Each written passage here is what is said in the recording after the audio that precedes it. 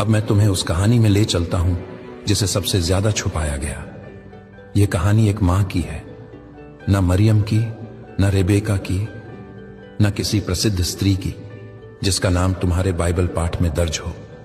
यह कहानी है उन हजारों गुमनाम माताओं की जो हर युग में मुझसे सवाल करती रहीं और उन्हें अविश्वासी कहकर चुप करा दिया गया। उस मां का नाम था ज़ोहरा।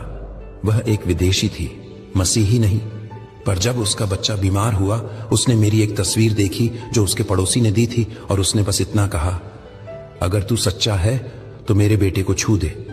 उसने मुझे न जाना, न मेरी शिक्षाएं पढ़ी, न कोई उपवास किया, सिर्फ एक पुकार, अगर तू सच्चा है। और मैं सुन रहा था। उस रात उसका बेटा जीवित बच गया। पर जब वह महिला यह चमत्कार बताने चर्च गई तो दरवाजे पर खड़े उपदेशक ने पूछा, क्या तुमने बपतिस्मा लिया? उसने कहा, नहीं, पर मेरे बेटे को यीशु ने ठीक कर दिया। उसने हंसकर उत्तर दिया, यह तुम्हारा वहम होगा। जब तक तुम औपचारिक रूप से मसीही नहीं बनती, परमेश्वर तुम्हें नहीं सुनता। उस दिन उसने दरवाजा नहीं खटखटाया दोबारा, लेकिन उसने मुझसे एक और बार पूछा, प्रभु, क्या वह सच में तू था? और मैंने कहा, हां ज़ोहरा, वो मैं ही था।